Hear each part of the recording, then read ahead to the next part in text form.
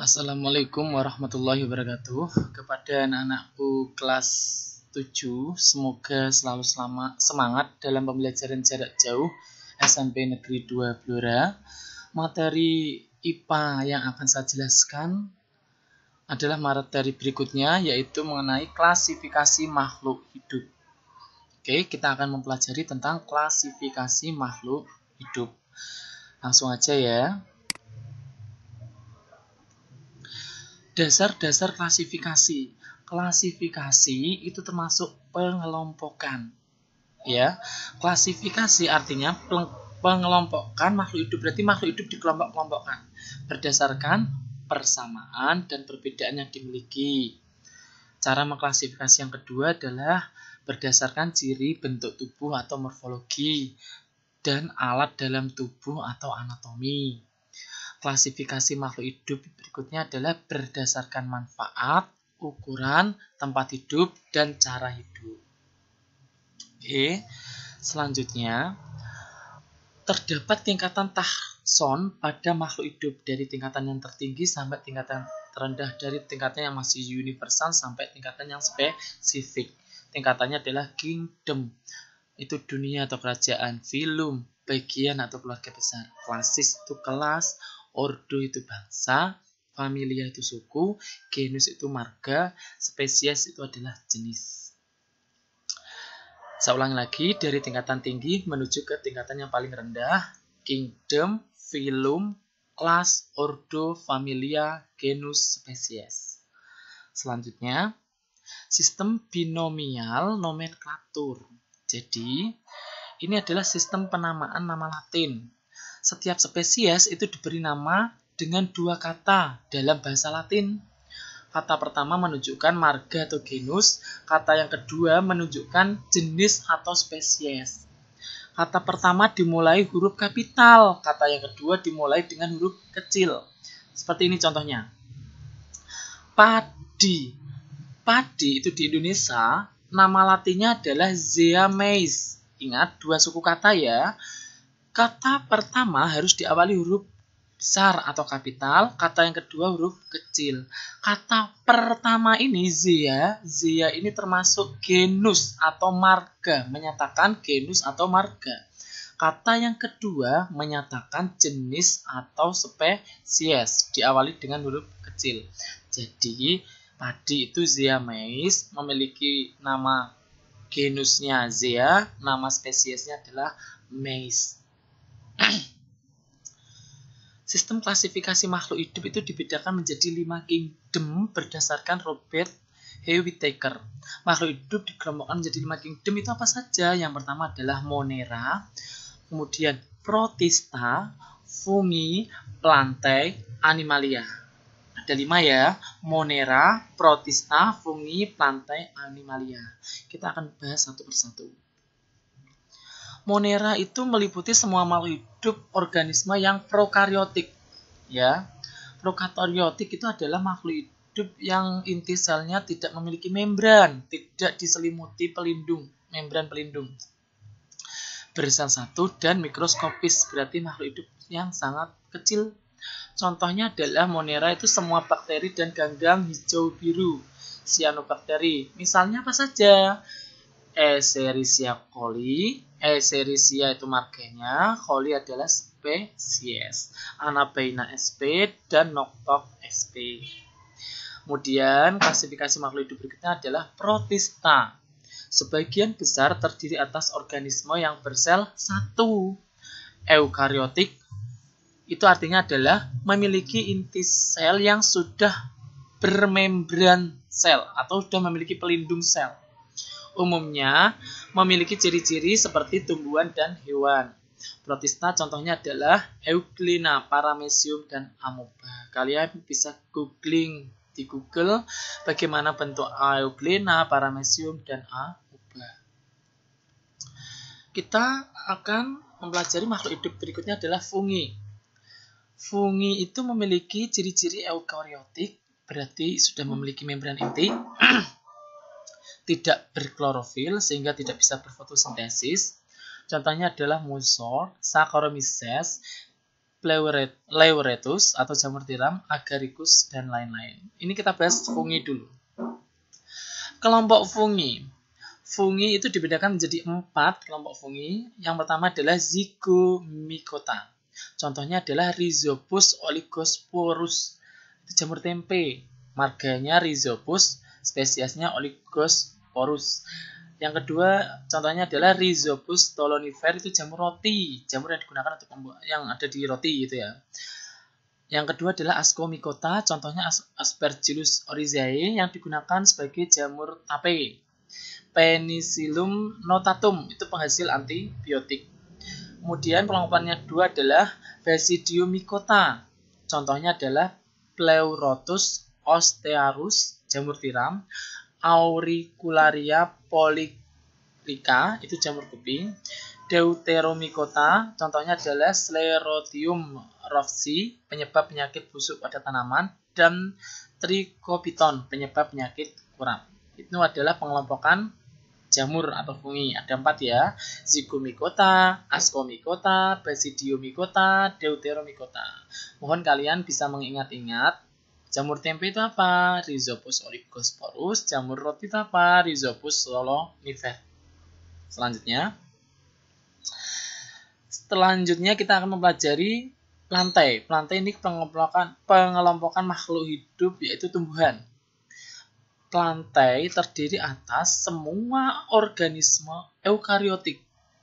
Ingat, eukariotik tadi inti sel sudah memiliki membran sel.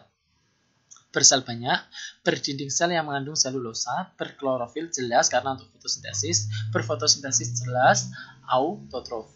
Kerajaan tumbuhan dibedakan menjadi 2, tumbuhan bersepora dan berbiji. Tumbuhan bersepora itu ada lumut sama paku, tumbuh-tumbuhan lumut sama paku, nanti kita akan bahas, dan tumbuhan berbiji. Sekarang kita bahas dulu kelompok tumbuhan, plantae. Kelompok tumbuhan yang pertama adalah tumbuhan tidak berpembuluh. Lumut itu termasuk golongan tumbuhan tidak berpembuluh. Contohnya adalah seperti ini, lumut daun, musci. Contohnya adalah Pogonatum, Ceratum, dan Polytrichum commune. Ini lumut hati. Nama latinnya adalah Hepaticae. Contohnya Rebulia hemisperica dan Martasia polymorpha. Ini lumut tanduk yang bentuknya seperti tanduk hewan ya. Lumut tanduk nama latinnya adalah Anthocerotaceae. Contohnya adalah Anthoceros laevis. Oke. Kelompok tumbuhan dibedakan menjadi tumbuhan tidak berpembuluh sama tumbuhan berpembuluh. Sekarang kita bahas tumbuhan tidak berpembuluh tadi adalah lumut. Sekarang yang lumut itu memiliki ciri-ciri apa? Ciri-cirinya adalah berklorofil, belum memiliki phloem atau jaringan angkut, tumbuh di tempat yang lembab, belum dapat dibedakan antara akar, batang, daun, peralihan antara tumbuhan Talophyta dan Cormophyta, autotrof, reproduksi seksual dan aseksual, sebagian lumut tubuhnya berupa talus atau lembaran, sebagian lagi telah memiliki organ mirip akar atau rhizoid, batang, dan daun. Hanya sebagian loh ya. Sekarang kita bahas tumbuhan yang berpembuluh. Tadi tidak berpembuluh itu lumut, sekarang yang berpembuluh itu yang pertama adalah tumbuhan paku atau yang nama latinnya Pterodophyta. Berdasarkan spora yang dihasilkan, tumbuhan paku dibedakan menjadi 3, yaitu paku homosfor, paku heterosfor, dan paku peralihan. Paku homosfor contohnya adalah paku kawat, heterosfor paku ranel, paku peralihan contohnya adalah paku ekor kuda. Tumbuhan paku dapat diklasifikasikan menjadi 4 kelompok, yaitu Silophyta paku purba, Lycophyta paku kawat, Xenophyta paku ekor kuda, Pterophyta itu adalah paku benar. Contohnya ini suplir, tanaman suplir yang ada di teras itu masuknya adalah Pterophyta. Equisetum debile paku ekor kuda. Kalian bentuknya bagaimana ini Pak? Kalian bisa cari, googling aja di internet banyak.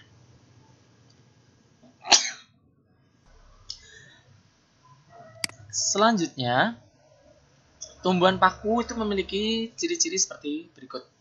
Sering disebut juga Cormovita berspora, namanya disebut Tracheophyta, telah memiliki akar batang daun sejati, memiliki klorofil, berarti bisa berfotosintesis, ukuran dan bentuk tubuh antara 2 cm sampai 5 meter, ada 2 generasi sporofit dan gametofit. Sporofit adalah tumbuhan yang dominan, terjadi metagenesis. Tumbuhan tadi dibedakan menjadi 2, saya ulangi lagi, tumbuhan kelompok tidak berpembuluh lumut sama yang berpembuluh itu adalah tumbuhan paku. Sekarang kita bahas yang berpembuluh yang kedua adalah tumbuhan biji.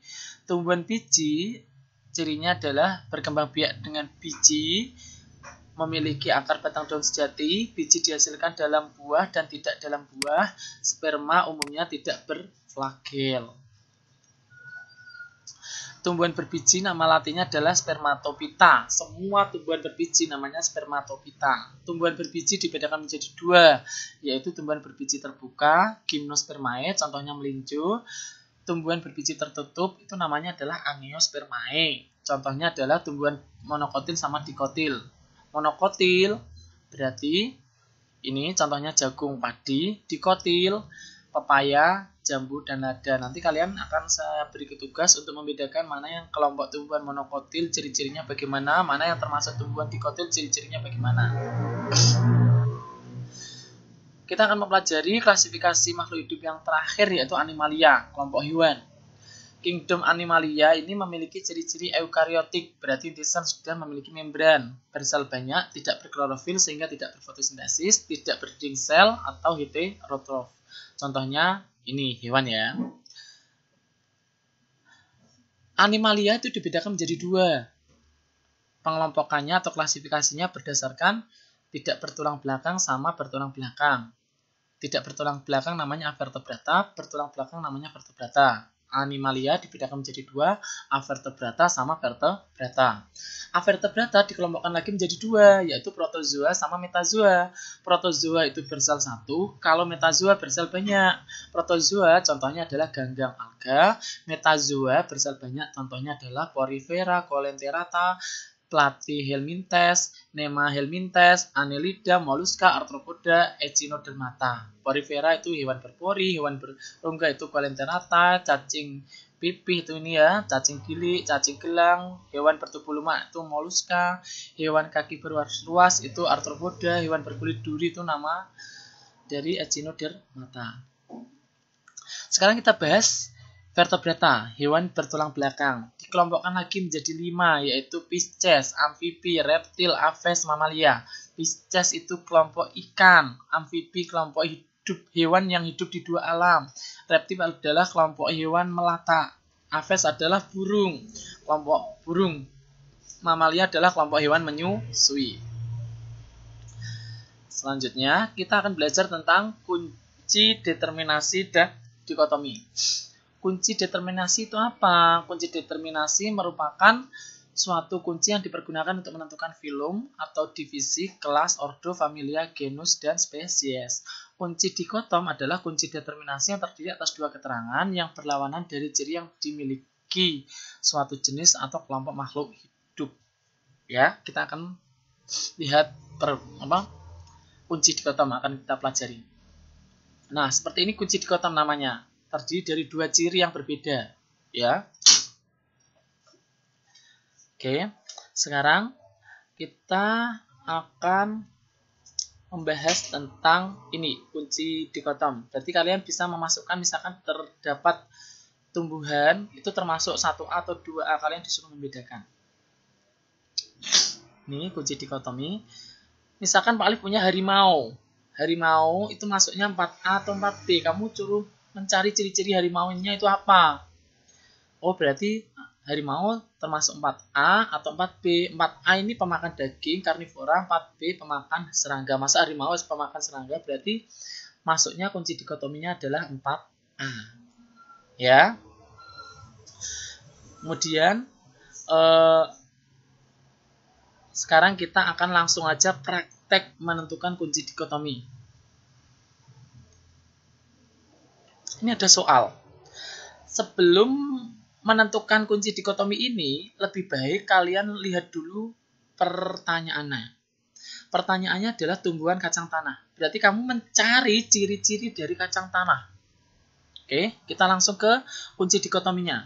Kacang tanah itu 1A atau 1B? Tumbuhan berpembuluh atau tidak berpembuluh? Kacang tanah itu jelas 1A, tumbuhan berpembuluh. Di sini ada keterangan nomor 2, berarti kamu langsung lihat nomor 2. Kacang tanah termasuk tumbuhan berbiji atau berspora? Berarti jelas kacang tanah masuknya 2A. 2A, tumbuhan berbiji. Di sini ada angka 3, berarti kalian harus lihat angka 3. Kacang tanah termasuk biji terbuka atau tertutup? Jelas kacang tanah ini berbiji tertutup, berarti 3B kunci dikotominya. Kacang tanah, nah di sini ada angka 4, berarti kamu langsung lihat angka 4. Kacang tanah termasuk 4A atau 4B? Kacang tanah jelas termasuk berkeping 2 atau dikotil. Berarti kacang tanah memiliki kunci dikotomi 1A, 2A, 3B, 4B. Kita cari ya jawabannya ya. Apa tadi? 1A, 2A, 3B, 4B. Berarti jawabannya D ya. Kacang tanah itu memiliki kunci dikotomi 1A, 2A, 3B, 4B. Contoh lagi. Sebelum melihat soal, kita lihat dulu. Sebelum melihat kunci dikotomi, soalnya kita lihat dulu. Kedelai. Berarti kalian harus mencari kunci dikotomi atau ciri-ciri dari kedelai. Ya. Yang pertama, kedelai itu 1A atau 1B ya. Kedelai itu tumbuhan berspora atau tumbuhan tidak berspora. Jelas kedelai ini adalah yang 1B, tumbuhan tidak berspora. Ada angka 3, berarti kamu langsung lompat 3, nggak usah lihat 2. Langsung ke 3. Kedelai termasuk berbiji tertutup atau terbuka? Jelas kedelai itu berbiji tertutup. Ini ada angka 4, berarti kamu langsung lihat 4. Kedelai itu berkeping 2 atau berkeping 1? Jelas, kedelai itu berkeping 2. Dikotil. Di sini ada angka 5. Berarti kamu lihat, kedelai itu 5A atau 5B? Berbunga berkupu-kupu, berbuku-buku atau berbunga trompet? Berbunga kupu-kupu atau trompet? Di sini ada keterangan. Di sini ada keterangan kedelai. Jelas, kita langsung pilih 5A.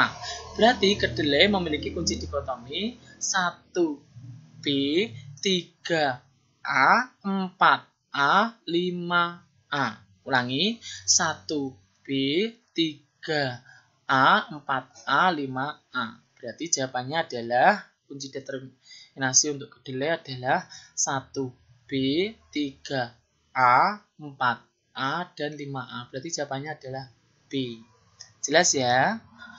Kunci dikotomi, semoga yang dijelaskan Pak Alif ini bermanfaat buat anak-anakku semua. Dari kalian yang belum tahu menjadi tahu, dari kalian yang belum mengerti menjadi mengerti.